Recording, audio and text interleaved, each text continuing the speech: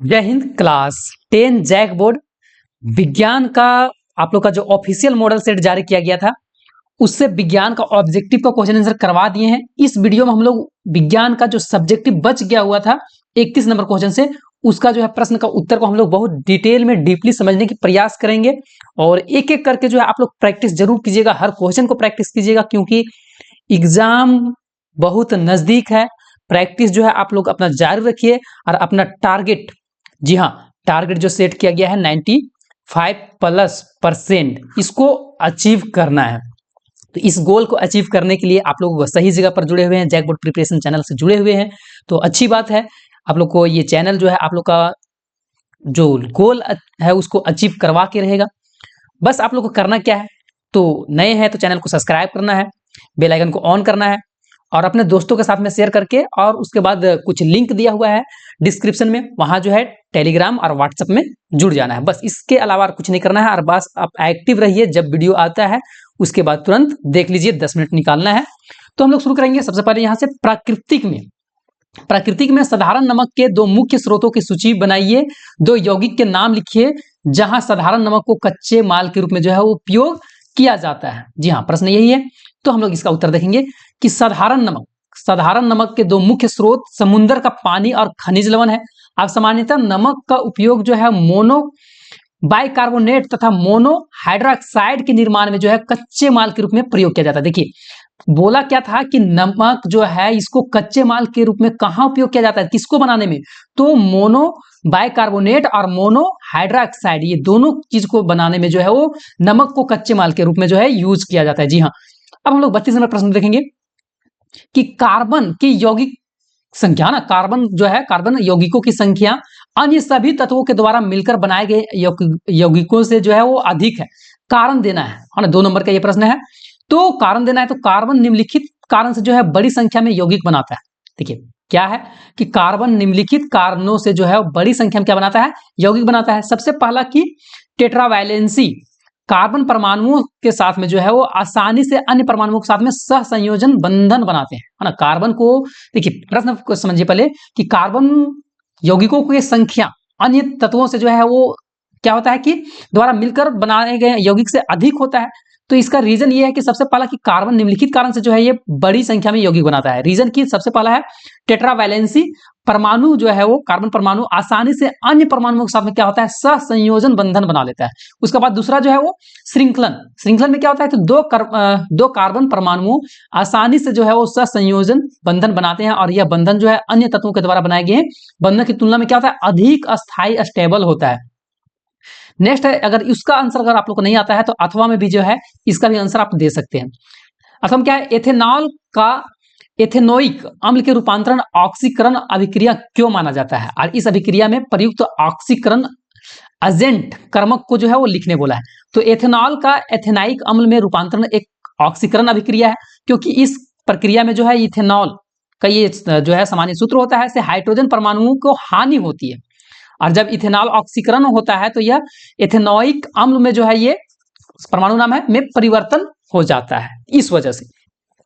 Next हम लोग 33 number देख लेंगे कि मध्य क्रियाशील वाली एक धातु का नाम बताना है तथा सल्फर, है ना, सल्फाइड यस के साथ में जो है ये इस धातु का निष्कर्ष के लिए 3 मुख्य चरण भी लिखना है। क्या बोला है कि मध्यम क्रियाशीलता वाला एक आपको धातु लेना है, ठीक है। अब उसके नाम बताना है और वो उसका जो है वो सल्फाइड अयस्क के साथ जो है ये धातुओं का निष्कर्ष में 3 चरण 3 स्टेप लिखना है। तो हम लोग यहाँ 3 चरण देखेंगे। सबसे पहला कि हम लोग ले लेंगे जस्ता को, जिंक को ले लेंगे। हाँ, जिंक जो है वो मध्य क्रियाशील धातु है। अब सल्फाइड अयस्क से जस्ता को निकालने के लिए 3 मुख्य चरण हो सकते हैं। कौन कौन? पहला कि सल्फाइड अयस्क को भट्ठी में गर्म करना होगा, पहला चरण। दूसरा चरण कि जस्ता ऑक्साइड को कार्बन के साथ गर्म करना होगा और तीसरा जो है वो निष्कर्षित जस्ता को शुद्ध करना होगा। ये 3 चरण था। नेक्स्ट है उत्सर्जन क्या है, एक कोशिकीय जीव अपना अपशिष्ट कैसे बाहर निकालते हैं। जिसमें एक ही कोशिका है तो वो जीव जो है अपना उत्सर्जन में जो है कैसे अपना जो बेकार चीज है अपशिष्ट उसको बाहर निकालता है। तो उत्सर्जन एक जैविक प्रक्रिया है जिसमें कि जीव मूत्र मार्ग का उपयोग करके जो है वो अपाचय मतलब जो बेकार की चीज है या फिर तो अतिरिक्त जो मतलब जो नहीं पचा हुआ है या फिर तो एक्स्ट्रा कोई चीज बन गया है उन उत्पादों को और नाइट्रोजन युक्त उप उत्पादों को जो है बाहर निकालने के लिए प्रयोग करता है। किस चीज का? तो मूत्र मार्ग का। अब इसके अलावा जीव इस प्रक्रिया के माध्यम से अम्ल क्षार संतुलन बनाए रखते हैं और ऑस्मोटिक दबाव मतलब जो है अकार्बनिक आयनों के अकार्बनिक आयनों और पानी के बीच में जो है संतुलन को नियंत्रित करता है।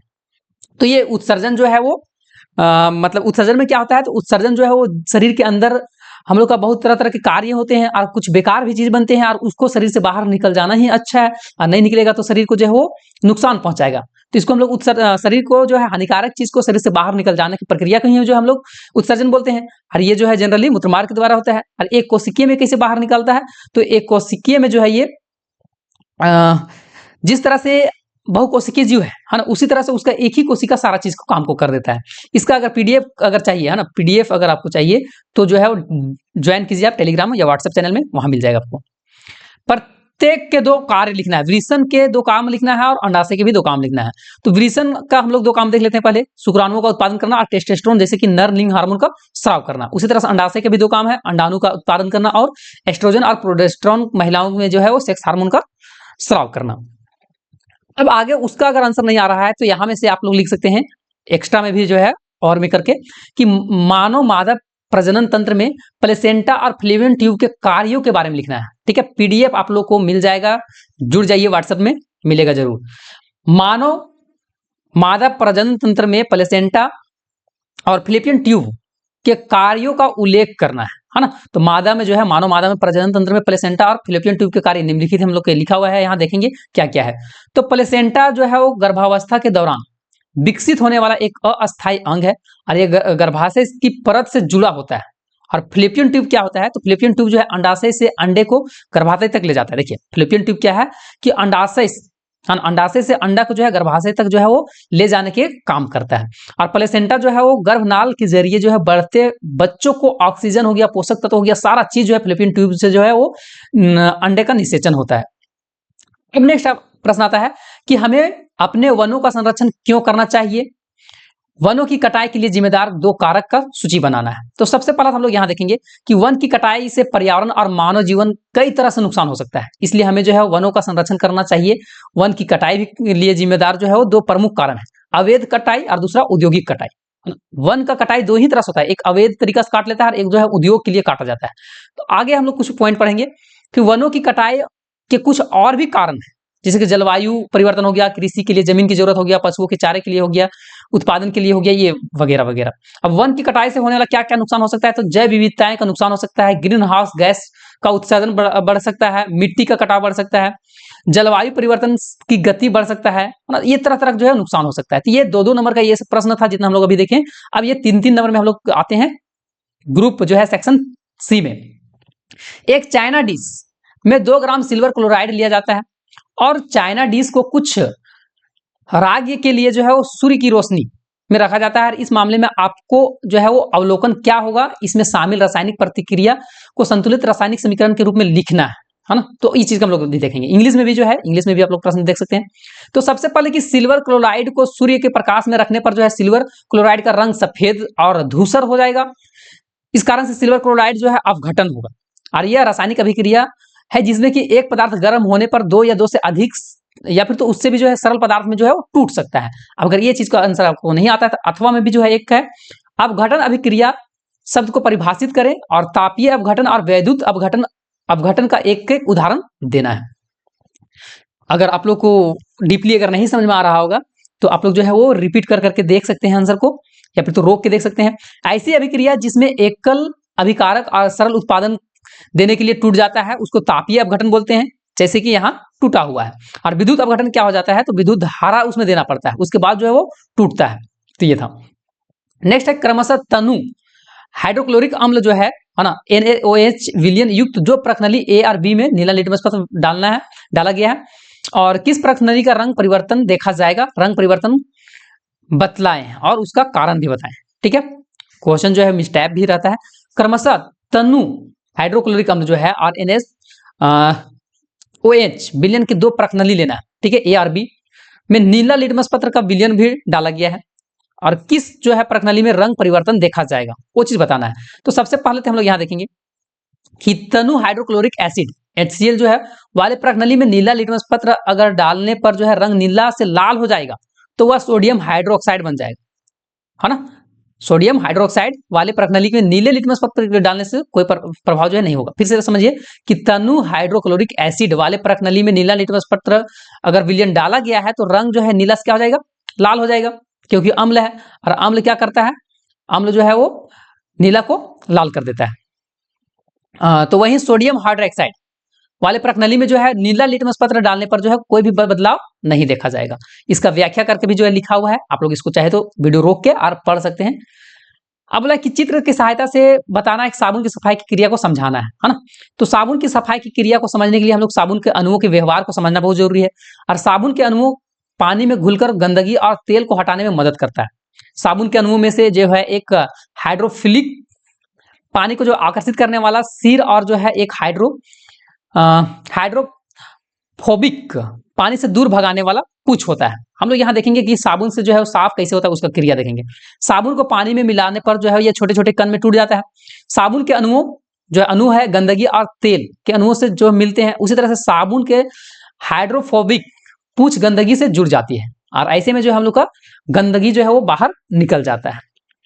फिर से समझिएगा, साबुन को पानी में मिलाने पर क्या होता है, साबुन और पानी को मिला दिए तो छोटे छोटे कण में जो है टूट जाता है और साबुन के अणुओं जो गंदगी रहता है और तेल रहता है उससे अणुओं से मिलते हैं और ऐसे में क्या होता है, साबुन में जो हाइड्रोफोबिक पूंछ जो रहता है वो गंदगी को बाहर निकाल देता है, ठीक है। और हाइड्रोफोबिक जो है वो सिर पानी पर जो है वो जुड़ा हुआ रहता है। यहाँ देखिए चित्र के द्वारा भी जो है वो बताया गया है। नेक्स्ट साबुन से जुड़ा कुछ और भी बात है, आप लोग इसको पढ़ सकते हैं। मेंडल के प्रयोग से कैसे पता चला कि जो है लक्षण, है ना, लक्षण जो है वो क्या है, स्वतंत्र रूप से विरासत में मिलते हैं। तो सबसे पहले तो मेंडल ने पीले रंग के गोल बीज और हरे रंग के झुर्रीदार बीज वाले मटर के पौधे को क्रॉस करवाया, तो 2 पैतृक और 2 जो है पुनः संयोजी लक्षण पाए गए। आप लोग का जो है बुक में होगा, इस तरह से बनाया हुआ चित्र था ना, बोला देखिएगा। माता पिता पीले और गोल और हरे झुर्रीदार थे, जबकि जो है वो पुनः संयोजी पीले झुर्रीदार और हरे गोल थे। तो यह परिणाम बताता है कि लक्षण जो है पैतृक संयोजन से अलग है और वह स्वतंत्र रूप से विरासत में है।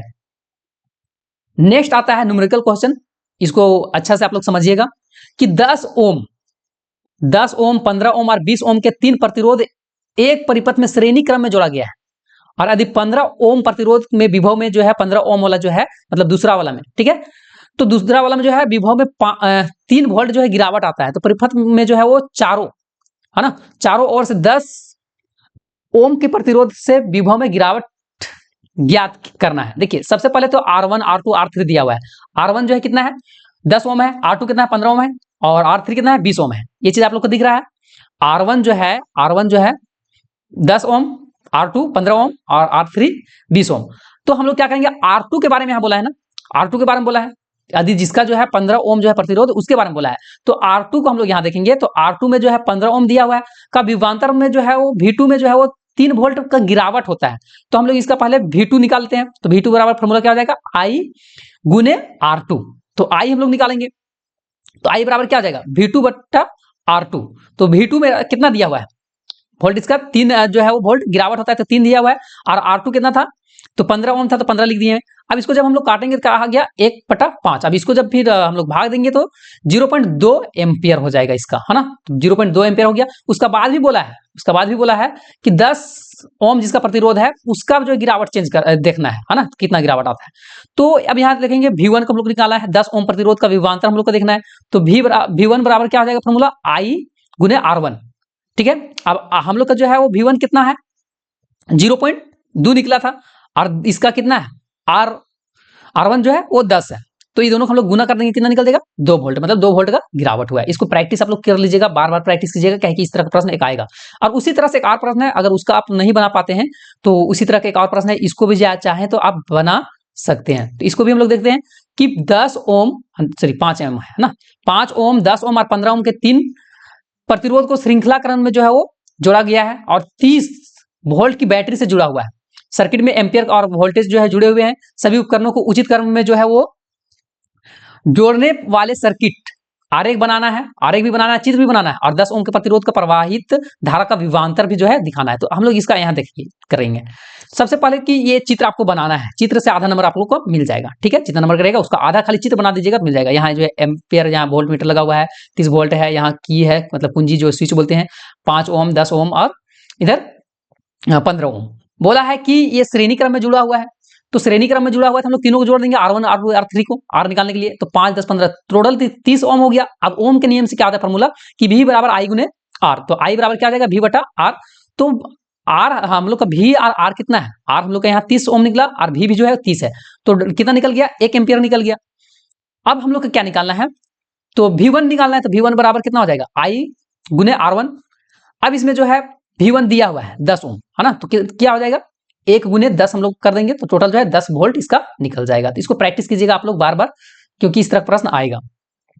एक समान चुंबकीय क्षेत्र में रखे धारावाही चालक द्वारा जो है अनुभव किए गए बल की दिशा को निर्धारित करने के लिए प्रयुक्त नियम का नाम, विवरण तथा उदाहरण सहित में लिखना है। तो हम लोग फ्लेमिंग का वाम हस्त नियम को यहाँ लिखना है और समझाना है। तो फ्लेमिंग का जो है वाम हाथ के नियम जो है, बाएं हाथ के नियम जो है वो चुंबकीय क्षेत्र में रखे गए धारावाही चालक पर लगने वाली बल की दिशा को जो है फ्लेमिंग का बाएं हाथ का नियम द्वारा जो है वो प्रदर्शित किया जाता है।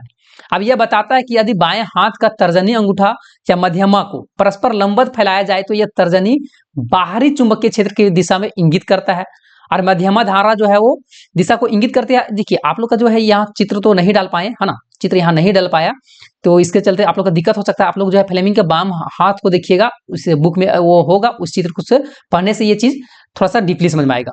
मिस यहाँ हुआ है एक चीज कि ये चित्र नहीं डाल पाए, ठीक है, थ्योरी तो लिखे लेकिन चित्र जो है वो लगा के डाले हुए हैं लेकिन नहीं डलाया हुआ है। तो ये चीज आप लोग को थोड़ा सा, या फिर तो अलग से इसको जो है चित्र के साथ में वीडियो ला देंगे। नेक्स्ट जो है हम लोग 5-5 नंबर का देखेंगे, है ना। यहाँ क्या है कि हाइड्रोजनीकरण अभिक्रिया और ऑक्सीकरण अभिक्रिया के बारे में जो है वो क्या करना है, एग्जाम्पल दे के समझाना है ना। तो हाइड्रोजनीकरण अभिक्रिया और ऑक्सीकरण अभिक्रिया का हम लोग रासायनिक प्रक्रियाएं के द्वारा जो है हाइड्रोजनिक अभिक्रियाएं और हाइड्रोजन गैस को किसी यौगिक में मिलाया जाता है, और वहीं जो है ऑक्सीकरण अभिक्रिया जो है वो किसी तत्व या यौगिक से ऑक्सीजन का संयोजन होता है। उस चीज को हम लोग यहाँ देखेंगे, उदाहरण के थ्रू समझेंगे। हाइड्रोजनीकरण अभिक्रिया का उदाहरण हम लोग यहाँ देखेंगे।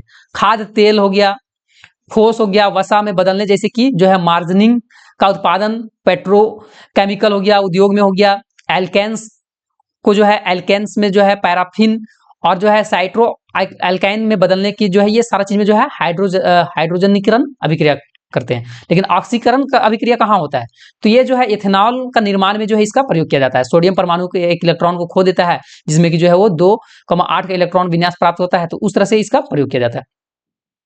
नेक्स्ट हम लोग देखेंगे साबुन के बारे में, ठीक है। साबुन और अपमानजनक को जो है उनकी संरचना और उसकी कठोर जल में सफाई किया जो है क्रिया की जो है आधार पर तुलना करेंगे। देखिए साबुन और सर्फ में क्या अंतर है, वो दोनों चीज को, ठीक है, हम लोग यहाँ देखेंगे।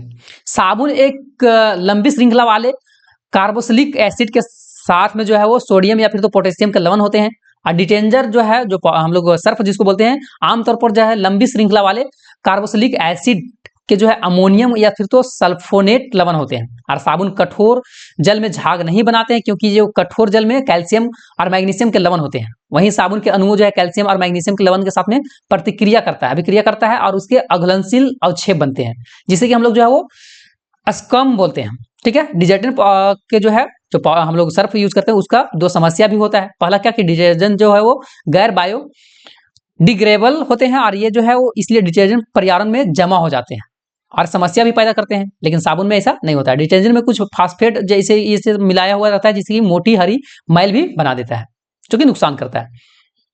पीडीएफ आप लोग का मिल जाएगा, है ना, ग्रुप में जो है जुड़े हुए हैं तो उनको मिल जाएगा पीडीएफ। नेक्स्ट है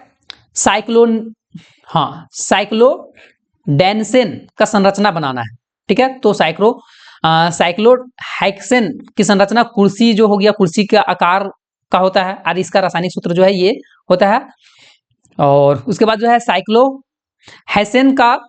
साइक्लोहेक्सेन है, और यह जो है वो एलिसाइक्लिन हाइड्रोकार्बन, और ये रंगहीन और ज्वलनशील भी होता है। इसका जो है वो संरचना बनाने का तरीका क्या है, तो सबसे पहले तो इसको 6 कार्बन अणुओं की जो है परमाणुओं की एक अनूठी बनाती है, और इस अनूठी को एकल बंधन भी होते हैं, और अणुओं पर बंधन कोण तनाव और बहुत कठोर होता है, इसलिए जो है समतल षष्ठभुज नहीं बनाती है, इसके बजाय जो है कुर्सी का आकार का जो है ये बना देता है। नेक्स्ट है कि हरे पौधे में पाए जाने वाले पोषण के प्रकार की व्याख्या कीजिए, और इस प्रक्रिया का नाम, इस प्रक्रिया के लिए आवश्यक सामग्री का सूची भी बनाना है। तो सबसे पहले तो जो है वो हरे पौधे में स्वपोषी पोषण पाया जाता है, और इस प्रक्रिया में पौधे जो है सूर्य के प्रकाश से अपना भोजन बनाते हैं, ये सही है। प्रकाश संश्लेषण की प्रक्रिया में पौधे को ये चीजें जो है चाहिए, कार्बन डाइऑक्साइड, पानी, सूर्य का प्रकाश, क्लोरोफिल, ये सब चाहिए। अब प्रकाश संश्लेषण प्रक्रिया में पौधे क्या क्या काम करते हैं वो सारा चीज यहाँ लिखा हुआ है, आप लोग जो है वीडियो को रोक के एक बार पढ़ लीजिएगा।